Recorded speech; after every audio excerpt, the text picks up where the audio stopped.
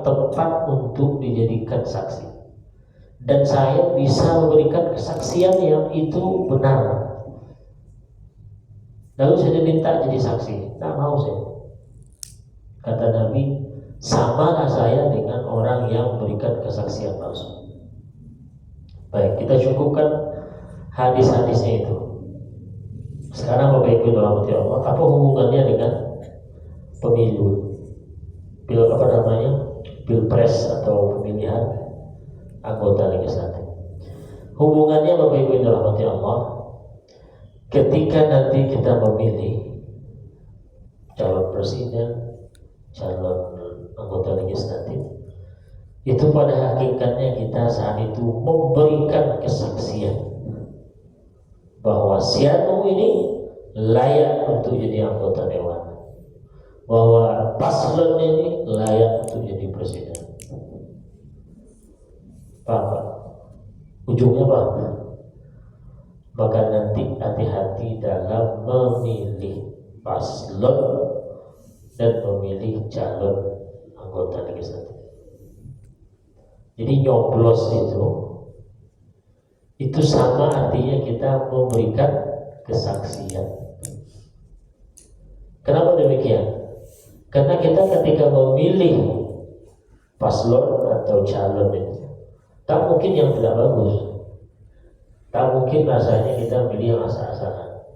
Lalu ketika kita memilih satu dari yang ada, berarti kita mengatakan seolah-olah inilah yang layak dibanding yang lain, inilah yang bagus dibanding yang lain.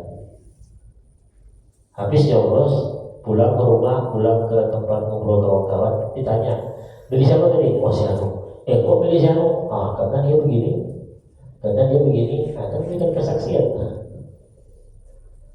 Nah, saya pernah dengar Dr. Muwardi menyampaikan, jadi ketika menyoblos, memberikan suara, sebetulnya kita sedang memberikan kesaksian untuk anggota.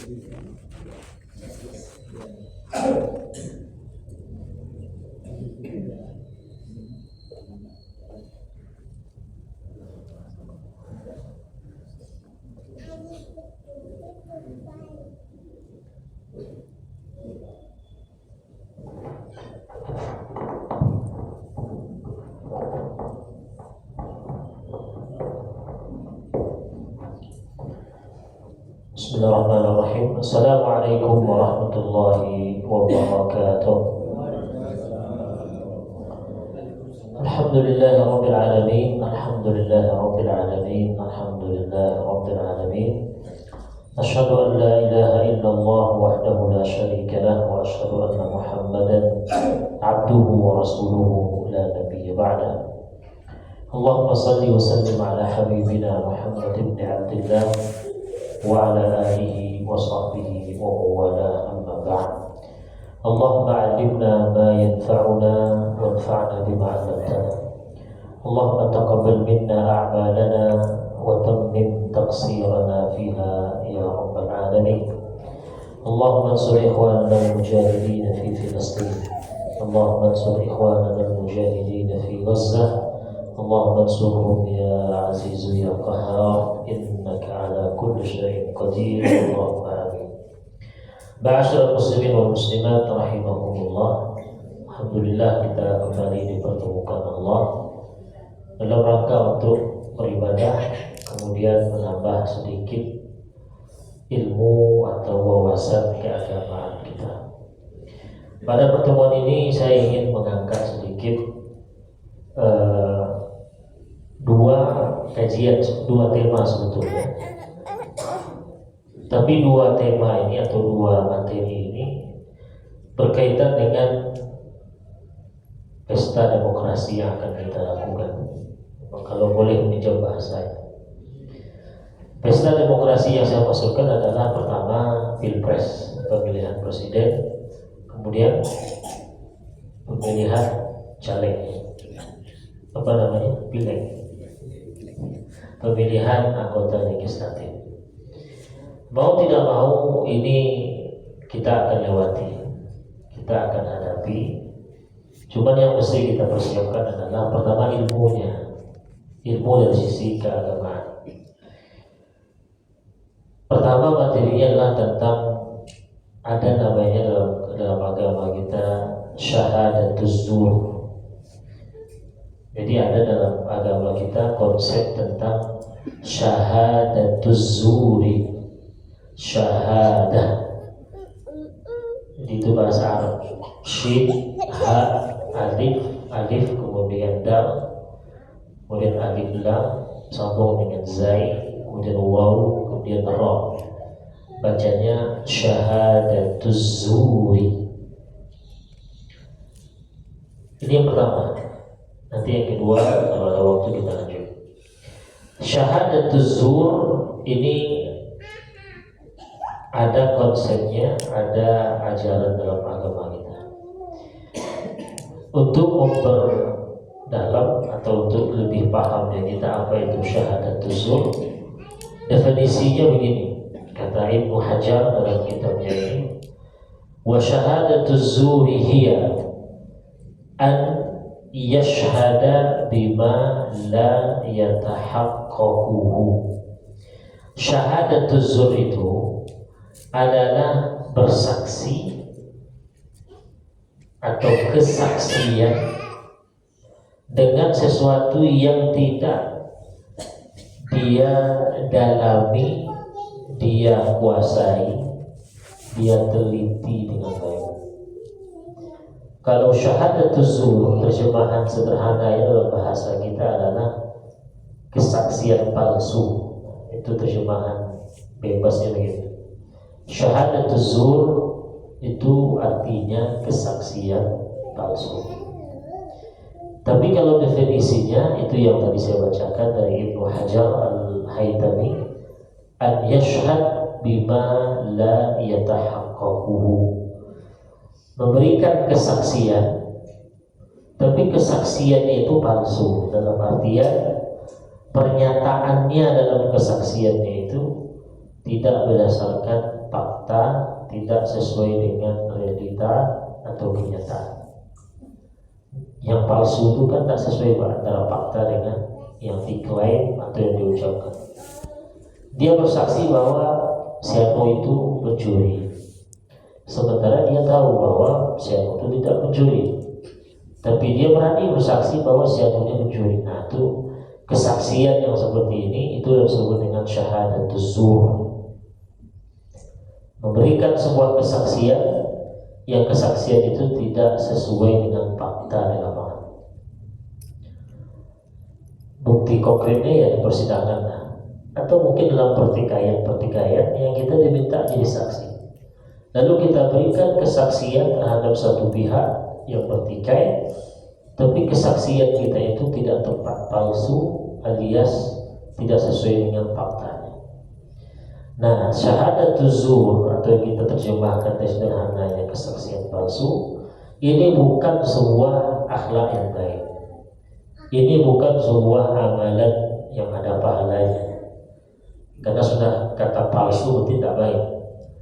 Maka di sini Ibnu Hajar al-Haytami memasukkan kesaksian palsu itu dalam list, dalam daftar dosa besar yang ke-437.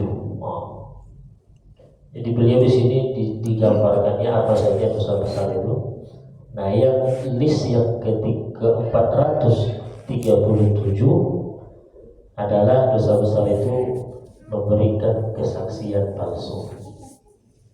Maka hati-hati nanti kalau Bapak Ibu atau saya pribadi diminta untuk menjadi saksi. Kalau tak mampu rasanya, takut, ya sudah, tak usah jadi saksi. Daripada jadi saksi tapi kesaksian kita tidak didukung dengan fakta di lapangan, asal-asalan namanya, tak diteliti siapa yang salah siapa yang ini, tapi langsung aja kita berikan kesaksian untuk memperankan satu dari dua tadi. Nah, jadi Bapak Ibu yang dirahmati Allah, bahasa Arabnya syahadatuz zur, kesaksian palsu dengan pengertian yang tadi. Nah, apa bahayanya kesaksian palsu ini? Pengertian sudah, artinya sudah. Sekarang bahayanya apa? Nanti kita kaitkan dengan pesta demokrasi yang akan kita lakukan. Bahaya syahadatuz zur atau kesaksian palsu itu banyak hadis-hadis yang menerangkan. Di sini sekitar 5 lebih beliau sampaikan. Kita lihat pertama, hadis yang itu diriwayatkan oleh Al-Bukhari dan Muslim dari Abi Bakrah. Kata sahabat yang meriwayatkan hadis ini, apa kata dia? Kunna julusan inda Rasulullah sallallahu alaihi wasallam. Suatu kali kami duduk-duduk di samping Rasulullah. Mungkin di Masjid Nabawi atau di mana, yang jelas sahabat yang mengalami ini merekam satu kali kami duduk bersama Rasulullah. Faqal, lalu Nabi berkata, tiba-tiba Nabi bersabda, apa kata Nabi? Ala unabbi'ukum bi akbaril kabair salasan. Kata Nabi, kalian mau tak saya kasih tahu dosa besar yang paling besar? Nah, ini menarik. Kalau dari segi komunikasi, ilmu komunikasi, Nabi menggunakan cara yang menarik perhatian kawan-kawan atau katakanlah para sahabat, yang mesti kita pakai juga dalam memberikan sebuah informasi. Ada kalanya kita langsung aja, ketiga gitu. Tapi dalam seni berkomunikasi, kita mulai dengan kata tawaran, mau tak ada rahasia, mau tak ada 3. Jadi dipancing dulu. Itu dari segi ilmu komunikasi. Jadi Nabi tidak langsung saja. Jadi bahasa Nabi itu tidak langsung ada 3, ada 7. Walaupun ada seperti itu, tapi dalam peristiwa ini Nabi seolah-olah menawarkan. Padahal Nabi tak menawarkan sebetulnya. Karena ini wahyu, ini ajaran agama. Nabi bisa saja sampaikan langsung. Tapi Nabi ingin melihat pertama sejauh mana respon sahabat terhadap ilmu agama pertama. Yang kedua, Nabi ingin memberikan semacam aura-aura musyawarah. Saya tak maksa kalian loh. Ini yang mesti kita buat pada anak-anak kita. Kita tahu ini sebuah katakanlah ajaran hidup atau sebuah hal yang baik yang mungkin anak kita belum tahu. Kita ingin betul dia tahu. Nah, sesekali ubah bahasa kita. Mau tak ada rahasia? Nah, gitu. Sambil kita ingin lihat sejauh mana responnya, keinginan dia untuk mengetahui itu. Tidak dengan bahasa langsung terus. Nah, jadi kata Nabi, ala mau tak unabbi'ukum bi akbaril kabair, 3 kali deh. Nabi kan bisa aja sekali Pak menyampaikan itu. Mau tak kalian saya kasih tahu 3 dosa besar yang paling besar. Mau tak kalian? Nah, diulang 3 kali oleh Nabi. Kenapa diulang? Karena Nabi ingin informasi ini betul-betul Nabi tegaskan, sehingga yang lain yang mungkin awal kali tidak menyimak hanya menyimak. Nah, di sini juga cara berkomunikasi Nabi itu mengulang-ulang pernyataan yang dia sampaikan. Bisa melihat kondisi audiennya, si penerima. Mungkin kita semua kan tak sama levelnya. Ada orang yang kita pakai bahasa isyarat, dia paham yang kita maksud. Ada yang kita sudah luri-luri tabung, sudah pakai bahasa yang pokoknya sudah tembak 12 pas, tak juga mengerti kawan. Nah, itu kan macam-macam tuh level kemampuan berkomunikasi. Nabi biasanya kalau ngomong itu diulang 3 kali. Lalu Nabi sebutkan pertama al-isyraku billah, menyekutukan Allah, mensyirikkan Allah. Apa contohnya? Contoh sederhananya adalah datang ke dukun dengan keyakinan dukun itu punya kemampuan yang kemampuan itu tidak atas izin Allah, tapi atas dasar kemampuan dia sendiri, yang di situ peran Allah tidak ada. Ini bisa syirik ya. Atau mungkin meminta kepada orang yang sudah mati dalam kubur dengan keyakinan orang dalam kubur itu bisa memberikan mudarat dan manfaat secara independen, artinya tanpa izin Allah begitu. Itu syirik. Kemudian yang kedua kata Nabi, wa uququl walidain, durhaka kepada orang tua. Wa kana muttaqi'an. Dalam hadis ini disebutkan yang merekam tadi sahabat Nabi yang bernama Abi Bakrah. Nabi ketika menyebutkan 2 jenis dosa besar yang paling besar ini, itu posisinya nyadar, duduk tapi bertumpu pada sesuatu, mungkin bantal atau mungkin gini duduknya. Nabi sampaikan pertama syirik, yang kedua durhaka pada orang tua. Maaf, muttaqian itu seperti setengah baring. Muttaqian setengah baring. Lalu Nabi tiba-tiba langsung duduk dan Nabi sampaikan yang ketiga. Jadi sampai sejauh itu sahabat Nabi merekamnya. Jadi Nabi tadi tawarkan 3 kali, kemudian Nabi sampaikan 1 ini, 2 ini dalam posisi setengah berbaring. Tapi ketika Nabi menyampaikan yang ketiga, dosa besar yang paling besar nomor 3, Nabi langsung duduk. Fajalasa faqal, langsung duduk. Ini menunjukkan yang nomor 3 ini betul-betul perlu perhatian. Kata Nabi, ala wa qauluz zur wa syahadatuz zur. Disebut oleh Nabi yang ketiga, dosa besar yang paling besar yang ketiga adalah ini yang kita bahas, qauluz zur dan syahadatuz zur.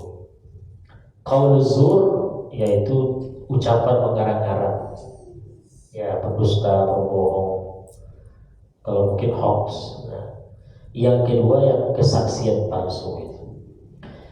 Fama zala yukarriruha hatta qulna laitahu sakat.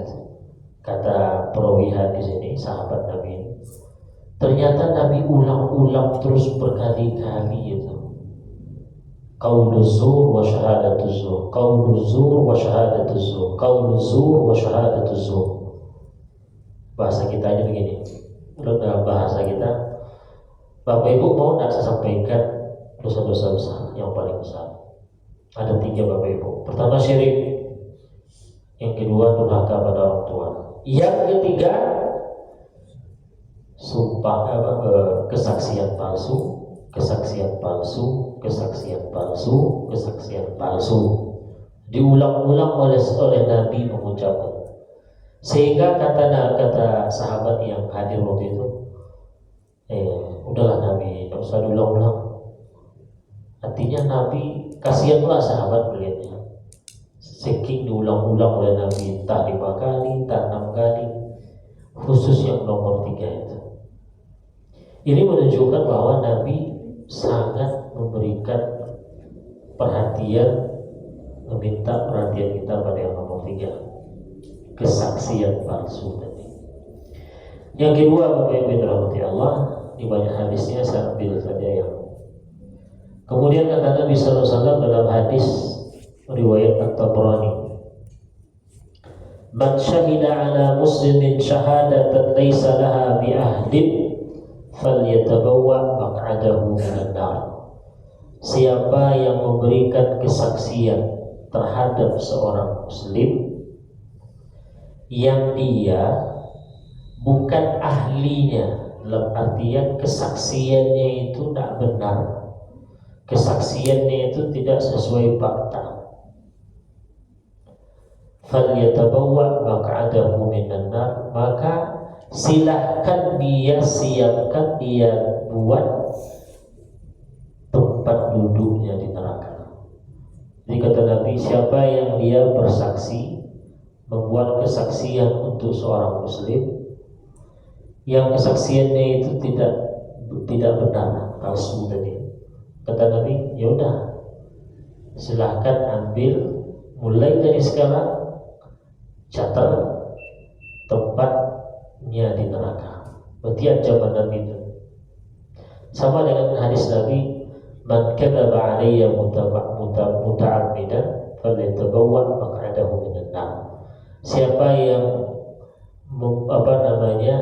berdusta atas namaku. Nabi tak pernah bilang ini, lalu kita bilang itu. Nabi pernah bilang begini begitu.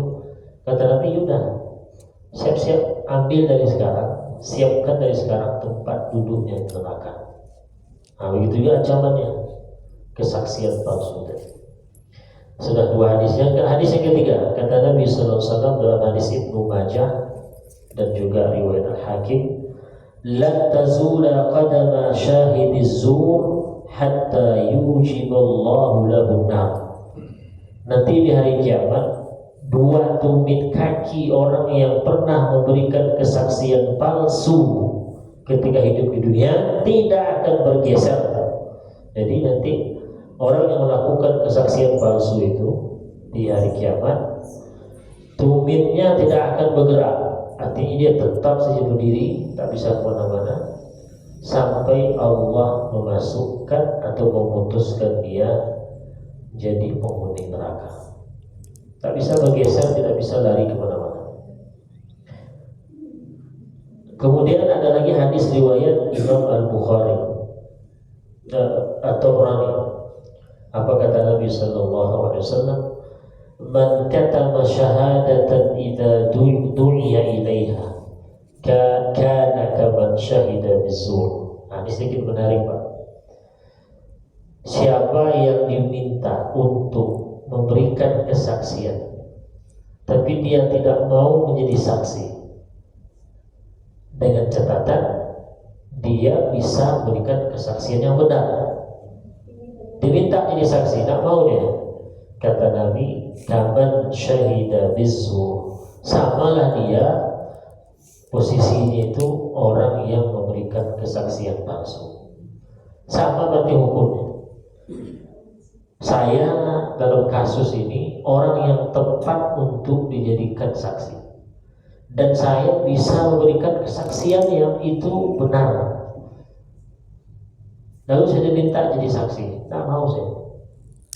Kata Nabi, samalah saya dengan orang yang memberikan kesaksian palsu. Baik, kita cukupkan hadis-hadisnya itu. Sekarang Bapak Ibu rahmati Allah, apa hubungannya dengan pemilu? Pilpres atau pemilihan anggota legislatif.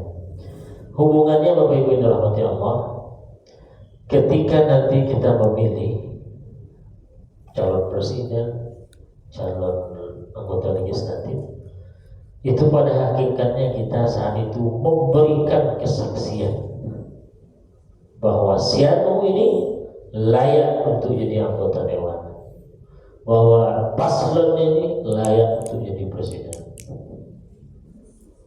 Pak, ujungnya Pak, maka nanti hati-hati dalam memilih paslon dan memilih calon anggota legislatif.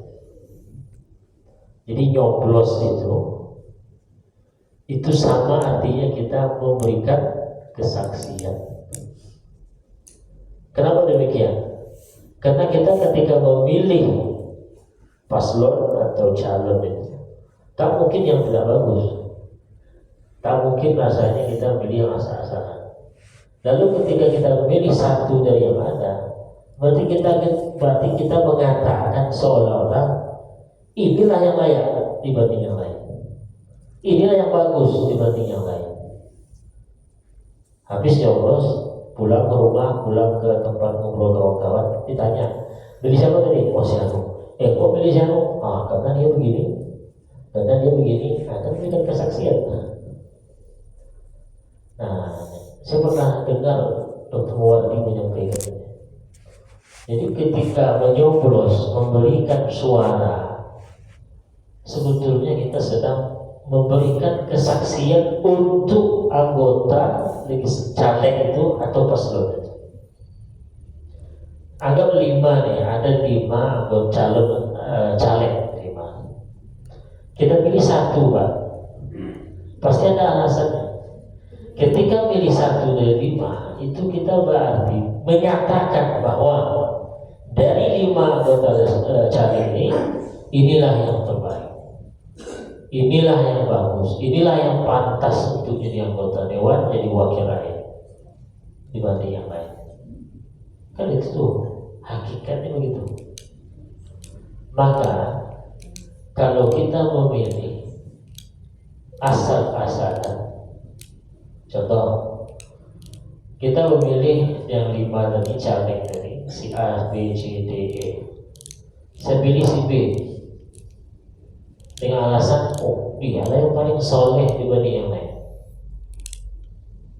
Tapi kenyataannya tidak. Saya tahu dia mana pula baik, tapi saya pilih dia dengan alasan dia yang paling baik dari yang 4. Berarti saya sudah memberikan kesaksian palsu. Dalam bukti, dalam wujud, saya pilih dia, saya coblosnya. Maka hati-hati betul. Artinya anggota caleg yang kita akan pilih pastinya betul semampu kita tentunya. Alasan kita pilih dia apa? Setahu saya dia orangnya baik. Nah, pastikan betul kalau orangnya baik.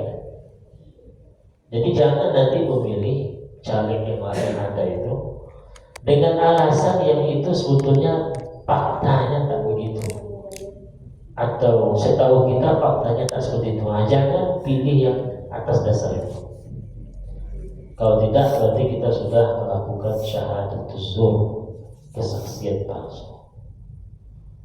Jadi memang kalau sudah begini Pak, menggelitik tangan nanti nyoblos. Mak, iya benar.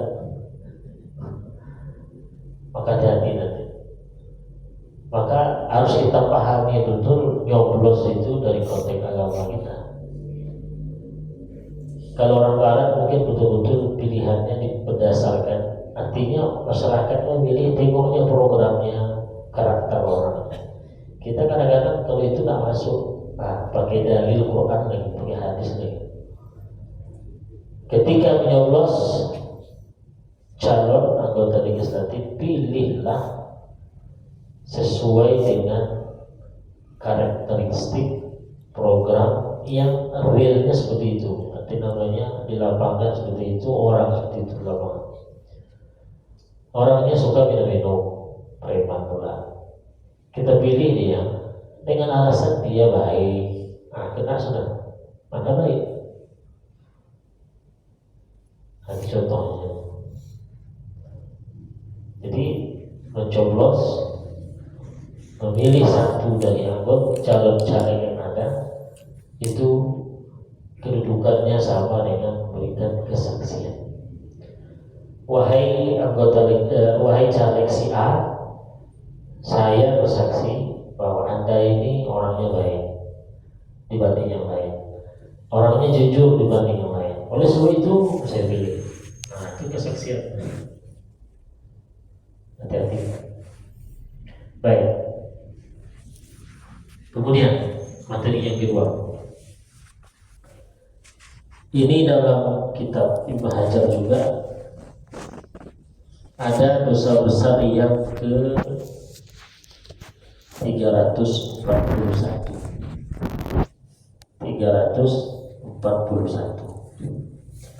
Mungkin ada terjemahan kitab ini, mungkin ada, cari aja di internet, di Shopee juga.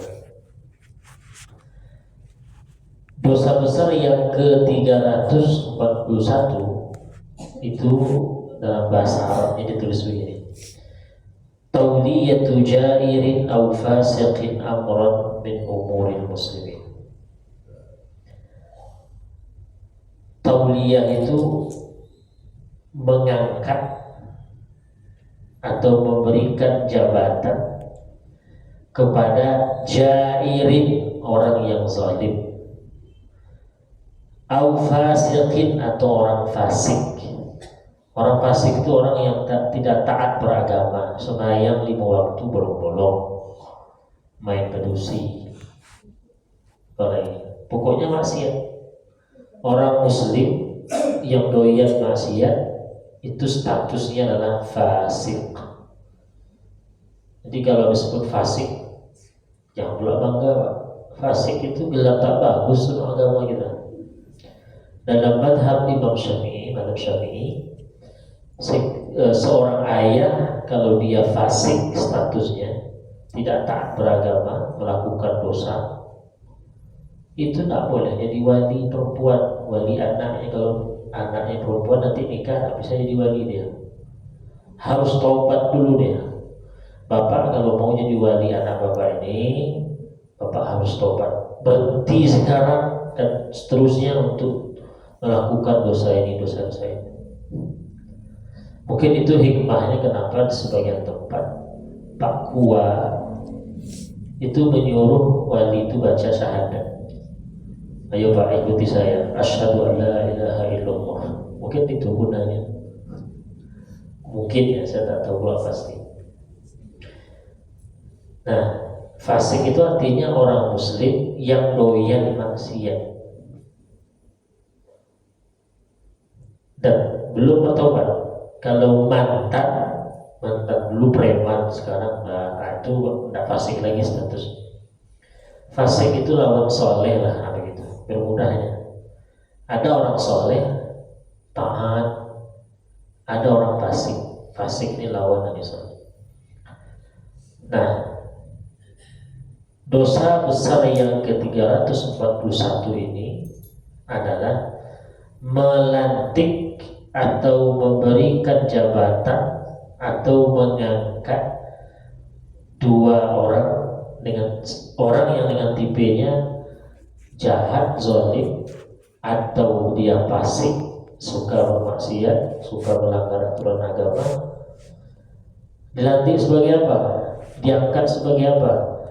Sebagai pemegang kebijakan untuk urusan orang Islam. Nah, sebutlah apa contohnya. Nah, presiden masuk, anggota legislatif masuk, RT RW masuk juga. Jadi dosa besar yang ke-341 melantik, mengangkat, apa lagi bahasanya, memilih orang yang zalim atau orang yang fasik, tidak taat beragama, sebagai orang yang akan mengatur, menentukan kebijakan terkait umat Islam. Ya, bunyinya tauliyatu jairin aw fasiqin amran min umuril muslimin. Tidak ada tambah-tambah, kalau ada fokus tembak katanya. Mentauliyah itu mengangkat, melantik, dipilih dia. Siapa? Jair, orang yang zalim.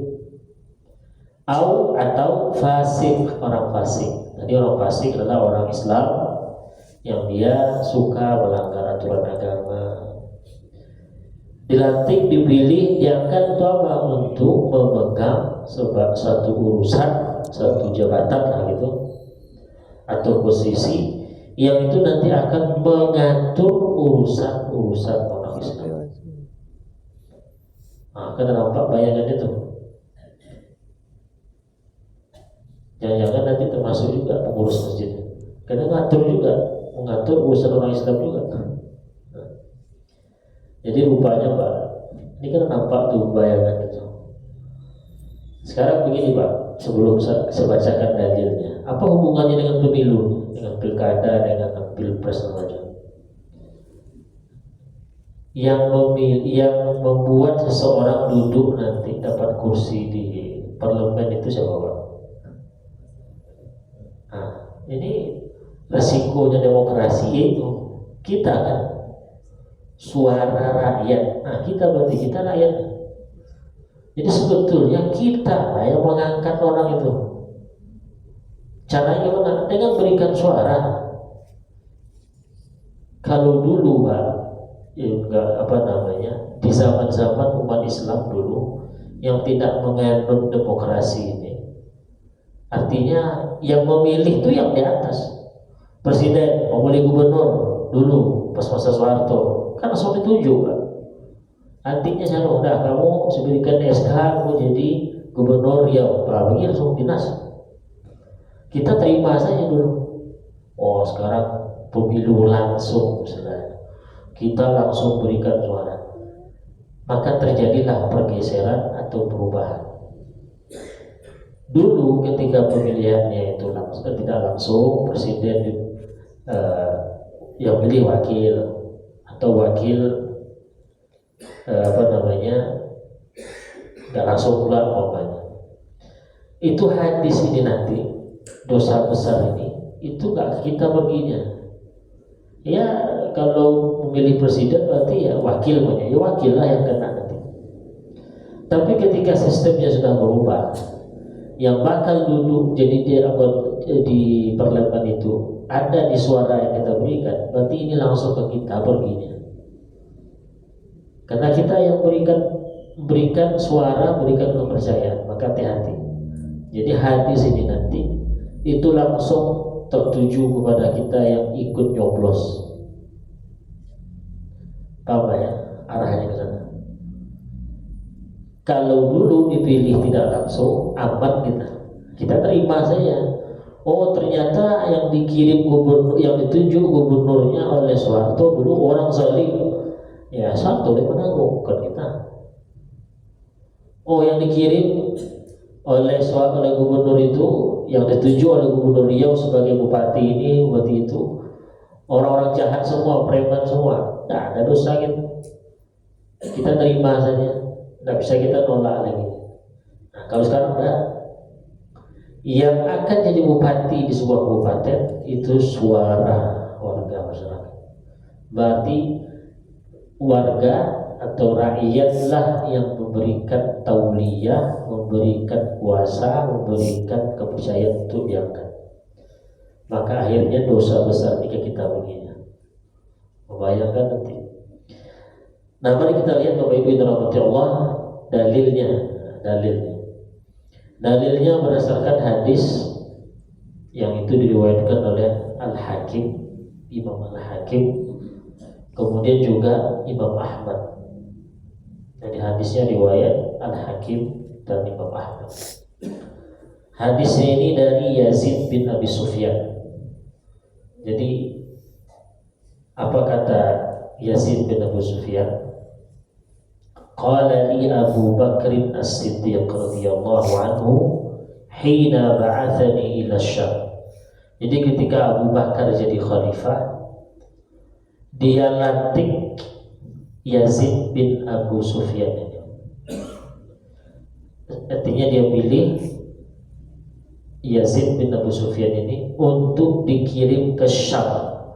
Syam itu negara-negara yang, jadi Syam itu sekarang bukan satu negara. Palestina masuk Syam juga, kawasannya itu luas. Jadi Syam itu bukan satu negara, satu wilayah yang sekarang itu ada beberapa negara di sana. Jadi Abu Bakar mengutus Yazid bin Abu Sufyan ke Syam untuk jadi gubernurnya lah gitu. Nah ketika dilantik, datang ke Abu Bakar, apa kata Abu Bakar?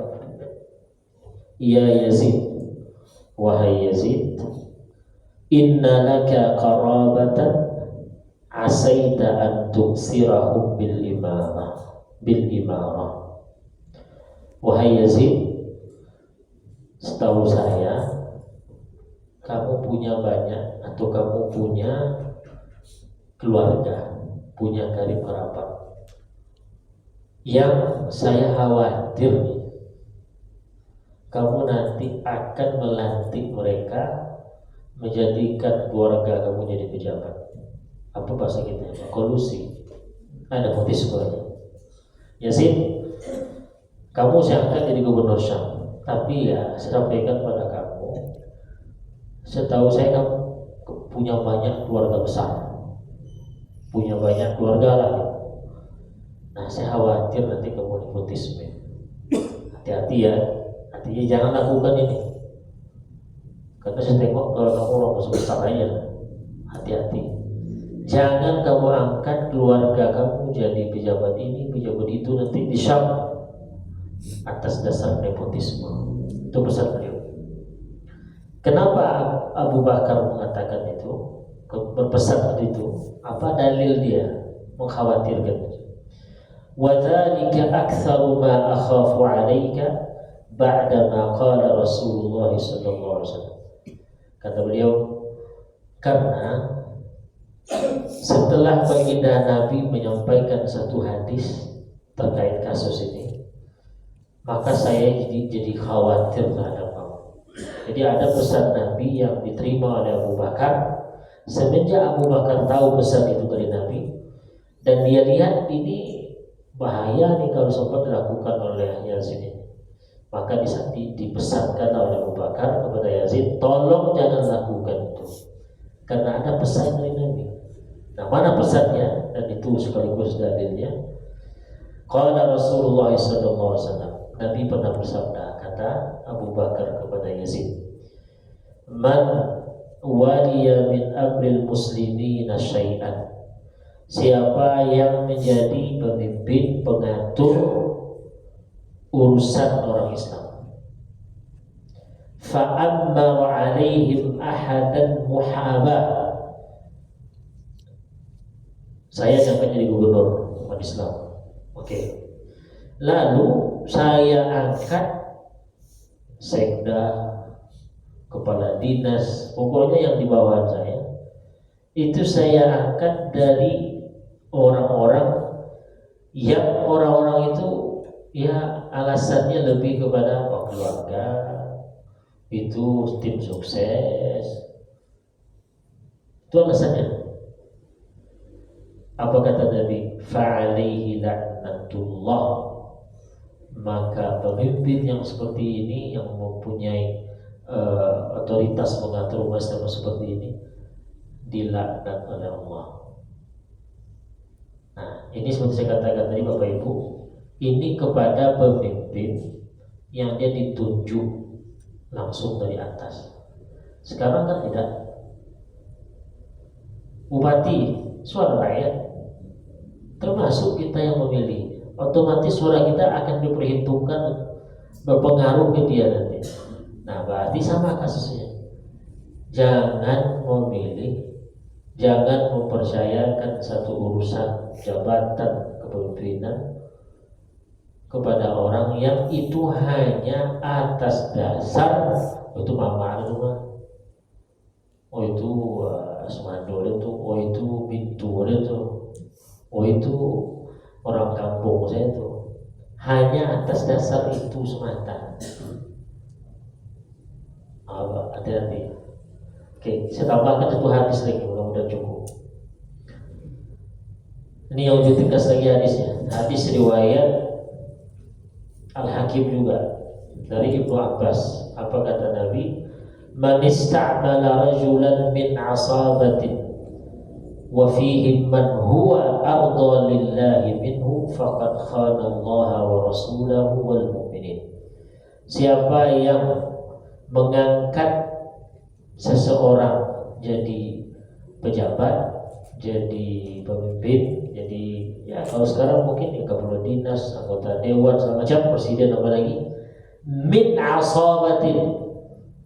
asobatin ini yang perlu digarisbawahi, atas dasar asobiyah saja.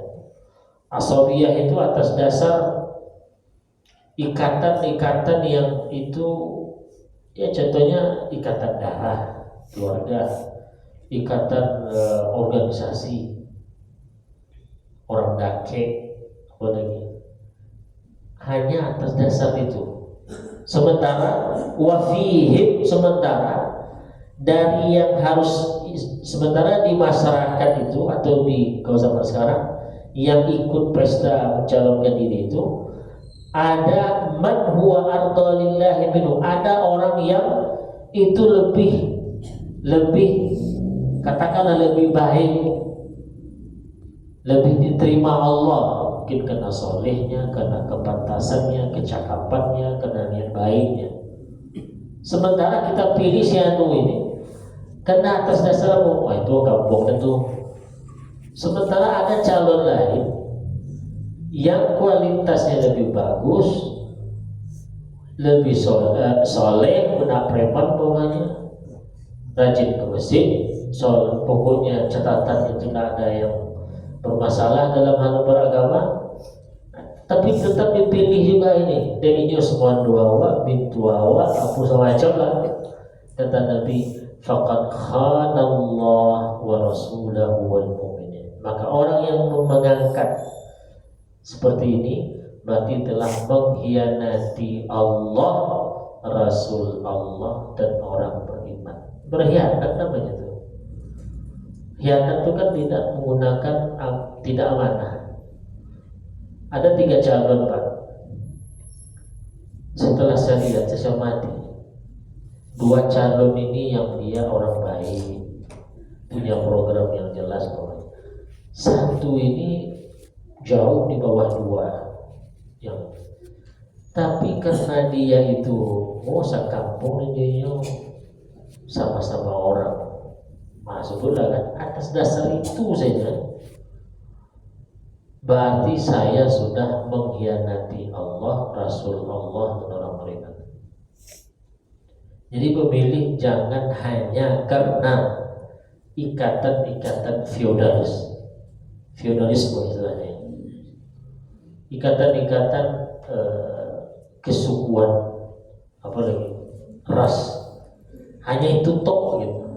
Tapi kalau alasannya begini, dari 3 calon itu saya lihat 3-tiganya bagus, soleh apa. Cuma saya condong ke yang nomor 3, kenapa? Ya dia orang kampung saya, kalau itu bisa. Tapi kalau pilihan kita lebih berat 1 dari yang 3 atau dari 4, sebut 3 salah nanti 5 aja sekalian, calonnya ada 5. Pilih 1 dari yang 5 ini semata-mata karena itu orang bawa tuh mah, biarlah bongak, biarlah badak, biarlah bau jahe, pokoknya orang kampung itu mobilnya. Itu berarti ini sudah mengkhianati Allah dan Rasul dan orang beriman. Bayangkan tuh Pak, yang dikhianati oleh pemilih seperti ini, yang nyoblos seperti nanti adalah Allah. Dia tahu calon ini sholat 5 waktu juga masalah, calon ini suka judi, itu sholat 5 waktunya tidak masalah, tidak berjudi, tidak pilihnya lihat bapaknya, itu berarti sudah berkhianat kepada Allah. Kenapa berkhianat kepada Allah? Karena sudah tidak memberikan hak Allah. Allah pengen ini pemimpin kalian ini harus melaksanakan kewajiban yang saya berikan, sholat, tak berzina, tak berjudi. Kalian pilih yang tak seperti itu, berarti kalian sudah khianat dengan saya. Rasul apalagi? Rasul menyuruh tolong cari pemimpin yang baik. Tidak kita cari yang baik, berarti berkhianat. Apalagi berkhianat kepada orang-orang beriman. Jadi bagi kita nanti yang memandang pemilu itu boleh, karena ada sebagian yang memandang tak boleh, kita terima hasilnya saja. Karena sebagian terus tengok, kita tidak boleh ikut pemilu karena itu produk orang barat, itu tak sesuai dengan ajaran agama kita. Tapi hasil gimana? Kita terima. Ada dalilnya masing-masing mereka. Ya pokok silakan, tak apa-apa. Tapi bagi kita nanti yang menggunakan suara datang ke bilik nyoblos itu, ingat ini. Pikir jauh-jauh dulu dari rumah siapa yang kita pilih. Semampunya Pak. Karena banyak nanti tuh kertasnya tas besar apa nanti tidak tahu lagi kita kan. Semampu kita tentunya. Artinya kalau tertarik dengan si anu ini perhatikan agamanya bagus atau tidak, kemudian programnya atau tidak. Bismillah, sudah cukup itu. Nah, ya. Kalau dicari nanti mana yang paling baik, yang paling soleh, yang paling sering ke masjid, susah nanti gitu. Nah disinilah urgensi dari hadis yang atau dua materi yang disampaikan tadi Pak. Nah kalau masih ada waktu saya pas pula 17 menit. Baik, ada pertanyaan? Oh ada. Berarti kita tutup azan dulu ya. Ya silakan.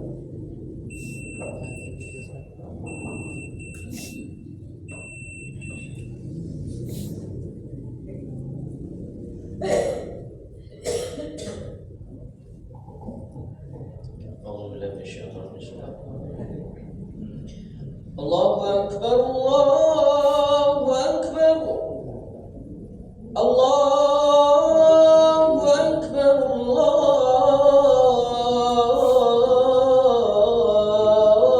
Allahu Akbar. Asyhadu an la ilaha illallah. Asyhadu an la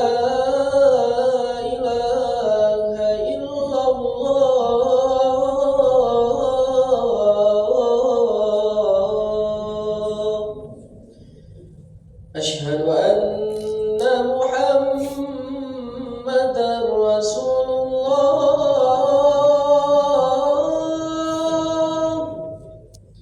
أشهد أن محمدًا رسول الله.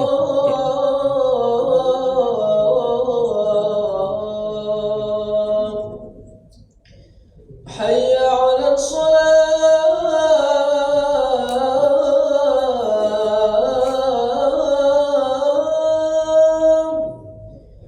حي على الصلاة.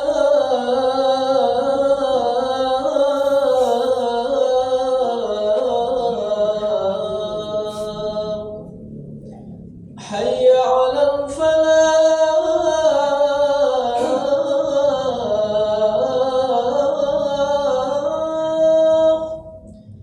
حي على الفلاح.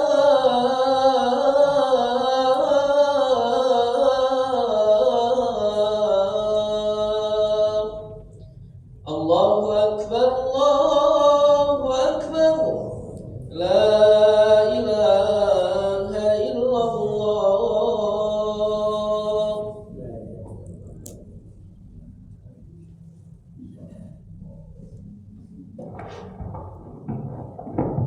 Baik, sebelum pertanyaan ada satu tadi hadis yang saya bacakan. Kata Nabi SAW tentang syahadat az-zur tadi Pak. Siapa yang diminta untuk diberikan kesaksian sementara dia mampu tapi tak mau, maka dia sama dengan orang yang syahadat az-zur, berikan kesaksian palsu. Jadi kita sanggup nyoblos nanti, sanggup pula menentukan pilihan terbaik. Tidak ikut nyoblos kita, khawatirnya sama dengan orang yang memberikan kesaksian palsu. Nah itu mungkin bagi yang menganggap tidak usahlah kita golput aja lah.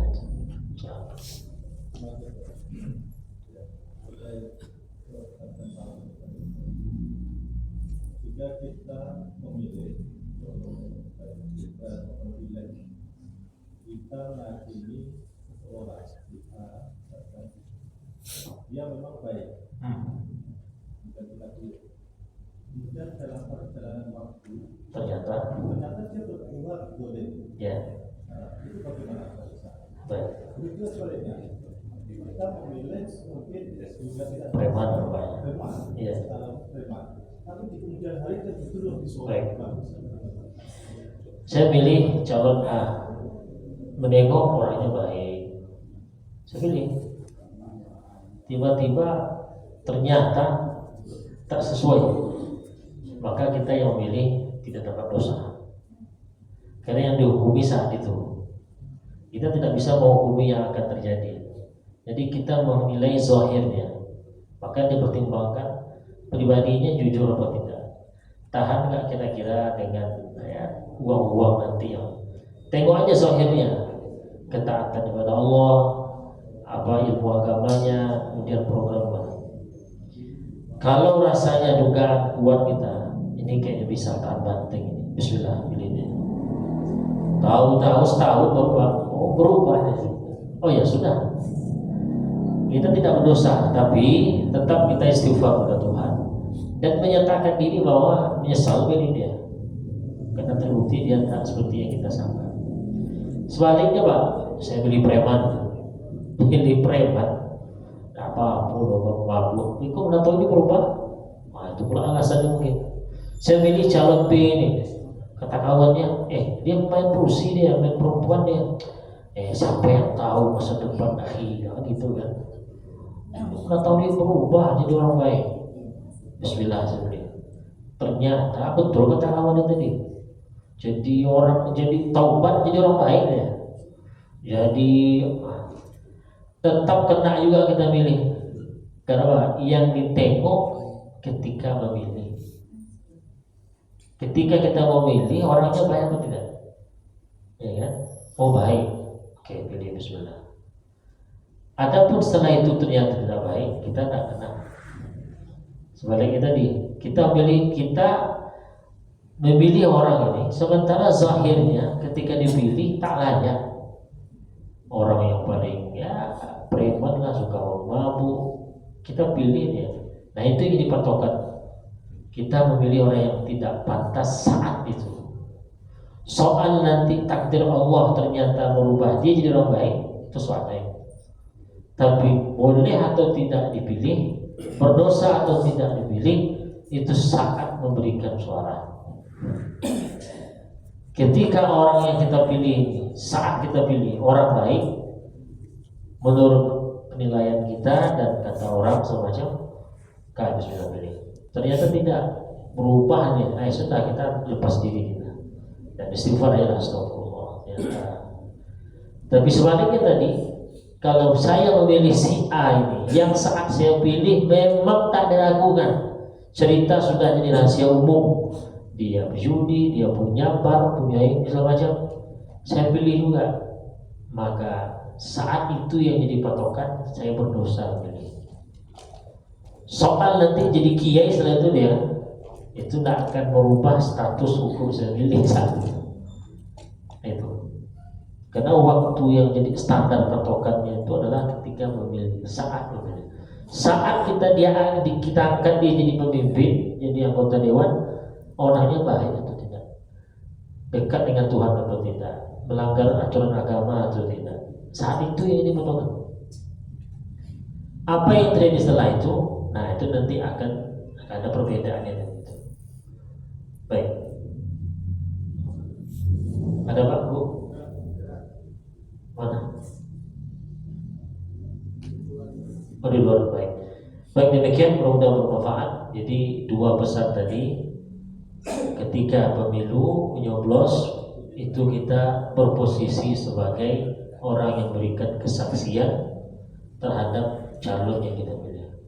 Maka jangan sembarang pilih, karena ketika nanti kita salah pilih, berarti kita berikan kesaksian yang palsu. Yang kedua, karena kita demokrasi, negara demokrasi, memilih jabatan segala macam tadi ada di tangan rakyat, maka ketika kita menggunakan otoritas itu, maka pilih orang yang tidak fasik, apalagi orang yang saleh. Kalau tidak, tadi kata hadis, Allah melaknat kita, artinya mengutuk kita. Demikian, mudah-mudahan bermanfaat. Assalamualaikum warahmatullahi wabarakatuh.